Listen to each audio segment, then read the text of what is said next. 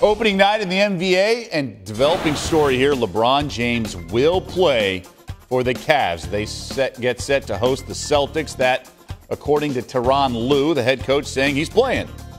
LeBron nursing a sprained ankle, but the four-time MVP likely not passing up an opportunity to face Kyrie Irving and the Celtics. The C's only trip to Cleveland this entire regular season. For more, let's bring in our Stephen A. Smith live from Cleveland. And Stephen A., given all the baggage from this summer with Kyrie requesting a trade and everything else, how much does this game really matter in your eyes to these two teams?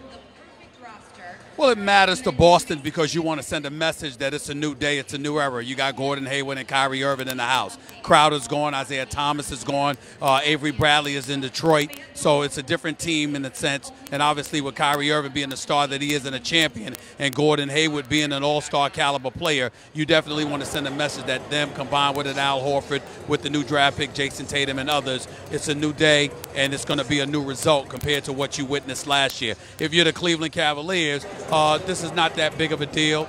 You know, LeBron James has been to 7 consecutive NBA Finals. The only way in which it resonates is the fact that Kyrie Irving departed from Cleveland, at least in part, because he didn't want to be LeBron James' teammate any longer. And when you're known as the leader, not just a three-time champion, a 4-time league MVP, the greatest player in the world, but when you're the self-proclaimed leader and nobody is in position to argue with you, and a star the caliber of Kyrie Irving doesn't want to play with you any longer, we don't just get to look at Kyrie Irving, we have to look at LeBron James as well. And so when you know that's the backdrop, you don't want to be sitting on the sidelines or being at home or inside the locker room while this guy is in a new uniform out on the court ready to go up against you. You want to answer the bell as well. And I think that had something to do with LeBron James making sure that he was ready for tonight.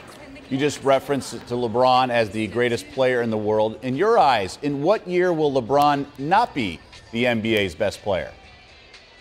Probably next year. At the very late, as far as I'm concerned, Kevin Durant is tugging at his heels right now. Kevin Durant is a superstar extraordinaire. Everybody's talking about the triple-double that LeBron James averaged in the NBA Finals. Well, the NBA Finals MVP was Kevin Durant, who averaged 35 and 8.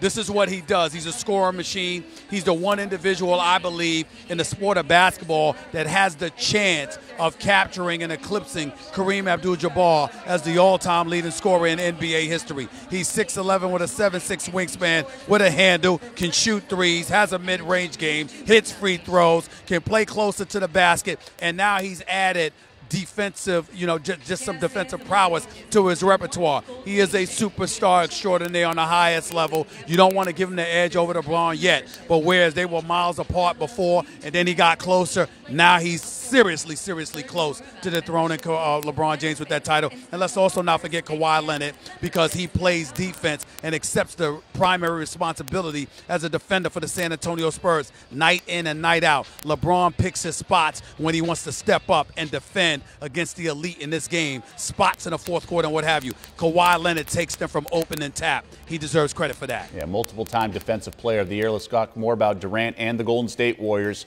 Eastern Conference or Western Conference, in your eyes, who's the biggest threat to the Warriors this season?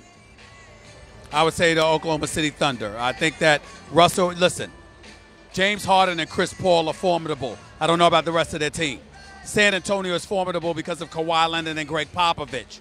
But Oklahoma City added Paul George and Carmelo Anthony to a roster with Russell Westbrook, the reigning league MVP, who is the ultimate assassin. He is the most heartless competitor that I've witnessed in the modern day era. He is an assassin personified. He has no mercy.